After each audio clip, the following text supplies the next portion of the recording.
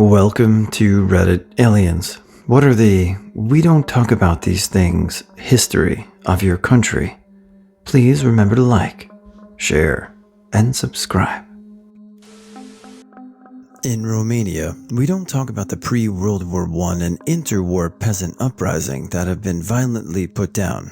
Everybody gives the image of a perfect Romanian state and society in this time, but many forget that in our independence war, we had more frontline deaths from diseases that should have been relatively easy for us to treat at the time than from enemy gunfire, not to mention the 1907 peasant uprisings. Also, the Second World War and the politics in our country at the time. Switzerland. We don't talk about Wehrdienstkinder. It's basically child slavery, as recently as 1960. You can't imagine the horror of poor people's children being sold to farmers for field work, getting abused physically and sexually in the richest country in the world. Yeah, we don't talk about that. Brazil destroyed Paraguay, killing almost every man and a lot of its women and children. It was a proper massacre. Here in South Africa, the true native people, the Khoikhoi, are the most politically and economically disadvantaged people, and no one gives a shit, not locally, not internationally. When the remains of Sart G. Bartman, a Khoikhoi woman, read her story, it's pretty awful, were returned to South Africa, not only were Khoikhoi people not invited to her burial, they were actively kept out. People in Sweden get really uncomfortable when you point out that we as a country were really into eugenics. The Race Biological Institution was founded in 1922, supported by every political party and the king at the time. It existed until 1958, and, as you might expect, did some really effed up things. Lots of good information all throughout this post, so I hope you guys enjoy it. That being said, if you believe a person can be rehabilitated in some cases, do you think a country can be as well? We don't talk about the events of Black September in Jordan. Palestinian Fidians tried overthrowing the kingdom. The army retaliates and shells the refugee camps where the Fedayins were established. They were eventually expelled. It's seen as a moment where a brother lifted his rifle against his own brethren, and a spark of racism between Transjordanians and Palestinian refugees. New Zealand very nearly had legal eugenics. In 1928, a bill nearly passed Parliament that forced sterilization for the mentally defective, and the Ministry of Education was required by law to give names of defective children to the Ministry of Health. A separate part of the law said that such people weren't allowed to get married. The opposition lobbied for these sections to be cut out, not because eugenics was immoral and insane, but because there was no evidence that it changed the gene pool in any way. In the UK, as a teenager in secondary school, you are never taught about the atrocities our own country committed during the British Empire's rule. Even files that documented these atrocities were systematically destroyed by the Foreign Office in the 1960s as to not embarrass Her Majesty's government.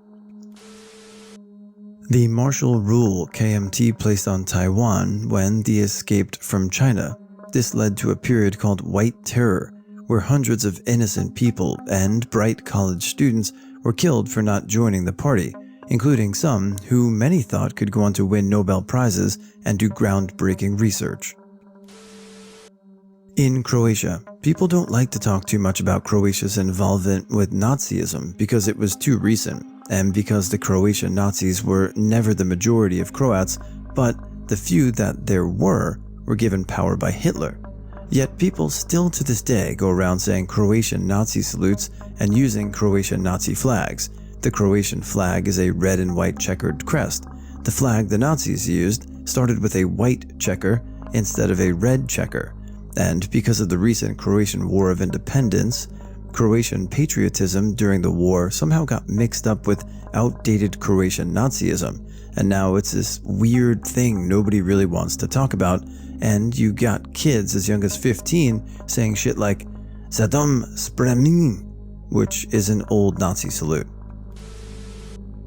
I live in Japan for 3 years and have some Japanese friends. Every time I asked them about World War II, they mostly did not know the atrocities that Japan did in World War II. They knew Japan was in the wrong side, but it seems the details were lost. It seems like there is a national effort to forget this history because it was shameful. I wish we could say Italy doesn't talk about the bald man who was besties with Hitler for a while, but sadly, we got an immense amount of nostalgic idiots who carry his face on clothing and gadgets because war criminals are so very cool apparently. Australians and Brits never hear about the child migrant scheme. British parents having to give their children to orphanages temporarily during the war, and those children being shipped to Australia for a better life, only to be used as slaves, then after a time told their parents had died in the war. Parents told the same, and never knowing their family is alive. A movie was made about the woman who figured it out, Oranges and Sunshine. Maori people enslaved and ate other Maori. It is well documented, yet completely ignored when discussing our history. All people have done shitty things to other people throughout history. We should acknowledge it, learn from it, and move on. Well said. I feel like a lot of people should know that one of the world's biggest mass murderers in history was a Belgian. King Leopold II basically controlled the entirety of Congo all by himself, and while doing so, he extracted the nation's natural resources and killed 13 million people, all for his own personal gain. That kind of score gets him up there with Mao, Hitler, and Stalin, but he's rarely mentioned. Communist purge in Indonesia. In order to combat communism, the government permitted extrajudicial killings and arrests without trial in the 60s. Millions of people died, and the family members who survived cannot vote, cannot work for the government, and are outcasted until 1998. For decades, even when the ruling government then is no longer in power, those family members did not receive any justice because talking about the victims is talking about communism, and talking about communism is bad. The harrying of the North is never really spoken about in the UK, and while it is a lot older than some of the atrocities mentioned in here, I think it is still relevant. Most people seem to think that after the battles of Hastings, all of England just fell in line under the Normans and William the Bastard, but in reality, there were a lot of holdouts that refused to accept him as king, one of the major ones being in the north of England. In the year 1069 and 1070, he led campaigns to get rid of the rebels, but he was never able to pin them down, so he resorted to a scorched earth tactic by burning down farms, villages, and whole towns and murdering the entire populations of some of them. Overall, the harrying killed between 100,000 to 150,000 people, many of whom because of starvation. And it is important to keep in mind that at this time, the entire population of England was only 2 million. Some historians also refer to it as a genocide, but it's practically never mentioned in the UK. The Norman conquest basically stops getting taught at 1066, and the rest just gets ignored, despite causing long-lasting issues that resonate even to this day. Portugal. Teaching in school that we were the good colonizers, not cruel at all like the Spanish. Erasing all the massacres on African colonies, current president said he wouldn't apologize for them. The fact that we only entered World War I to protect said colonies and not because we were allies. The fact that we were neutral in World War II, when in fact we were deporting Jews to camps. The Sami people. They have been forced to change their way of life and have been subjected to abuses, violations, and racism. Sweden, Norway, and Finland have been criticized internationally for policies against their indigenous populations historically and their lack of action and recognition of the Sami people's rights today. In Indonesia, we did not talk about the massacre of the left over the Dutch after the Netherlands colonial government got out of Indonesia. Context. In 1942, the Netherlands government got out of Indonesia because they were defeated by the Japanese in the Asia-Pacific World War II. The vacuum of power created by the Netherlands caused confusion among local politicians and their masses. Short story, before Japan came in to replace the Netherlands and restore order, all kinds of atrocities happened to the colonial family that had been left in Indonesia. They got raped, killed, tortured, beheaded, looted, you name it. This happened because the oppressed local people took revenge to the white people who used to be their masters, who treated them like slaves for years, even centuries. Problem is, this act of revenge did not care who got it. Children, old people, women, full-blooded Dutch or mixed Dutch, their servants, or anyone working with them were treated the same. Almost all information about this event were non-existent in Indonesia's history. You only knew this story from those who were lucky enough to escape it.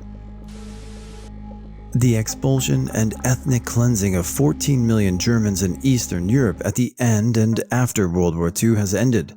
Many people, even in German-speaking countries, don't know that happened. US here. The Tulsa Race Massacre. Far too few Americans know about it. Hell, I enjoy learning about history, and I didn't even learn about it until a few years ago, and I'm almost 40.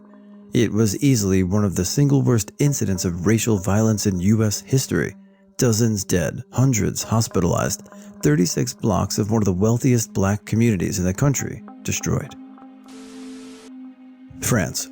The atrocities we committed during the Algerian Independence War are conveniently omitted out of school books. We're talking torture, mass murder, and rape of civilians. It was not long ago. It was the 60s. We only talk about the geopolitical implications of this war and about Algeria's own crimes. Fun fact, Jean-Marie Le Pen, father of presidential candidate Marine Le Pen and founder of their alt-right party, fought in that war. He denied having tortured prisoners himself, but claimed he would have done it if it was ordered to him. There are suspicions, but no proof, as facilitated by the French army massive denial and destruction of paperwork. He participated in civilian murders too. So yeah, every alt-right party must have violent founders, right? You reach. I know I went to high school 100 years ago, but my history teacher did cover this, though it wasn't in the curriculum. It was still information that I was grateful to learn. I learned absolutely nothing in school about the Srebrenica genocide. My country had a peacekeeping force stationed there to protect Bosniaks from the Serb army. The Dutch battalion was under-equipped and therefore couldn't stop the genocide. In fact, they kinda stood by and watched it unfold. This is a really black page in the modern Dutch history. It's not taught in school though, which is why I decided to visit Srebrenica myself last year. So while we do talk about a lot of things, it's not the genocide of the Herero and Nama people in Namibia. Germany genocided 70 to 80% of them in 1904 to 1908. First genocide of the 20th century. Killed 80% of the Herero and 50% of the Nama people. Needed around 110 years for Germany to call it a genocide, and 115 years to pay some reparations. Not fair ones though. They are like breadcrumbs. My Lai Massacre. The My Lai Massacre was the mass murder of unarmed Vietnamese civilians by United States troops on 16 March 1968 during the Vietnam War. Between 347 and 504 unarmed people were killed. Victims included men, women, children, and infants. Gandhi was racist to Africans, at least in his young adult days. Used to sleep naked with his niece, and apparently he didn't treat the women around him well. I have no respect for him after I learned all of this, and for anyone making judgments about me, I don't have many issues with Nehru. The New York draft riots of 1863. Irish-American immigrants couldn't avoid conscription during the Civil War, while blacks weren't drafted for their own protection against slavery. It was over a year's pay to skip the draft, so only wealthy whites could escape it. The firefighters, being mostly Irish, set fire to businesses that fired Irish and hired blacks willing to work for lower pay. They let the city burn for days, often setting fire to buildings with people in them. They even burned a daycare, but the children and caretakers all luckily escaped. After the riots, Irish community leadership met with businesses and pressured them into firing all black employees under threat of burning them down again.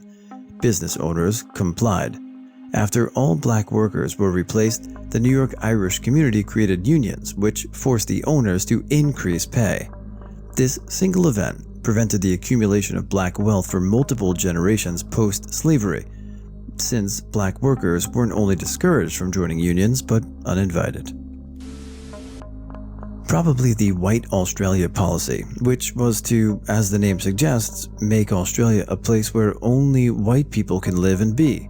It was mainly brought in to stop the Chinese from stealing all of our gold during the gold rush, I believe. It was introduced around 1901 and wasn't stopped till about 1970, I'm led to believe. We acknowledge that it was a horrible thing that happened, but no one talks about it.